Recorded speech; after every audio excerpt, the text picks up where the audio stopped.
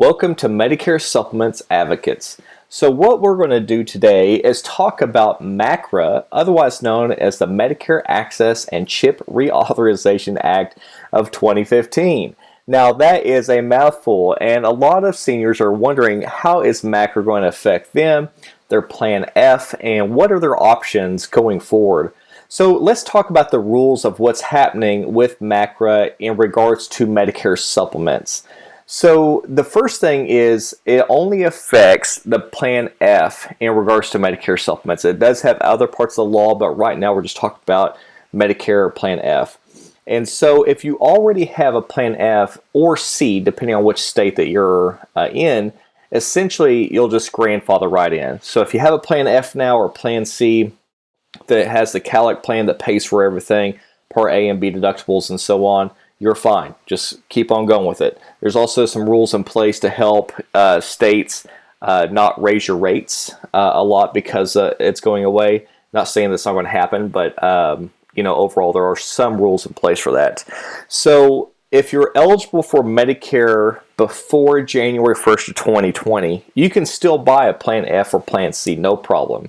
However, after January 1st, 2020, you will not be able to buy a Medicare Supplement Plan F or C anymore. And the reason being is because Congress basically thought that, hey, this is too expensive to run, so we're getting rid of it. So what is in question with the Plan F versus other plans? Meaning if you get rid of the Plan F because you're being priced out of it in the market because, insurers are trying to get rid of you, or maybe it's because you're already spending too much money on your Plan F and you're looking for an alternative now while you can still qualify medically. And so the biggest thing in question is the Part B deductible. So your Medicare Plan F or C pays for your Part A and B deductibles. It pays for excess charges and all these things. And so that Plan B deductible, or Part B deductible, for $185 is the biggest piece that is going to change if you switch off of a Plan F to what's called a Plan G. So what is a Plan G? A Plan G is the closest alternative that you have to a Plan F, and the only difference between the two plans is the Part B deductible. So let me say that a different way. If you compare the Plan F and the Plan G side by side, the Plan F and G would look exactly the same, except for the Plan G, the alternative. Essentially you have to pay the $185 deductible every year.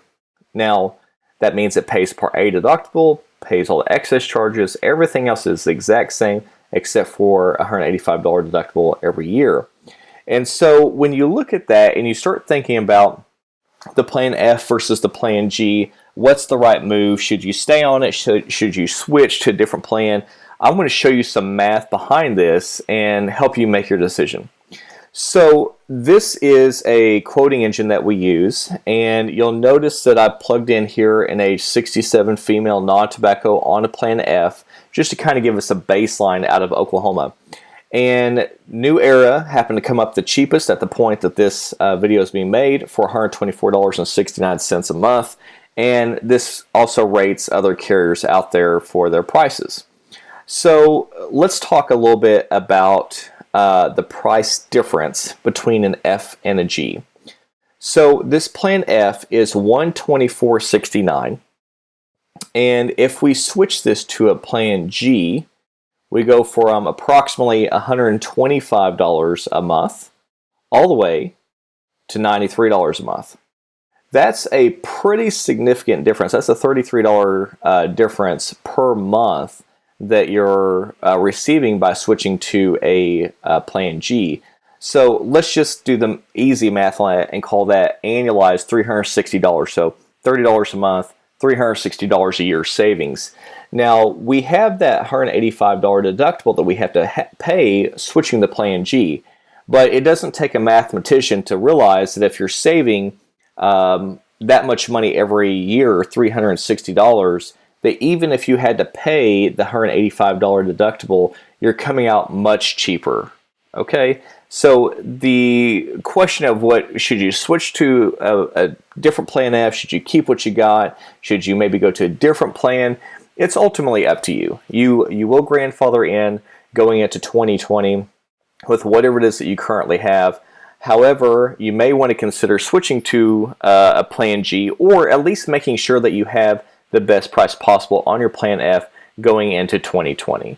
So this is Jay with Medicare Supplement Advocates. Thank you so much for listening. I hope you have a great day.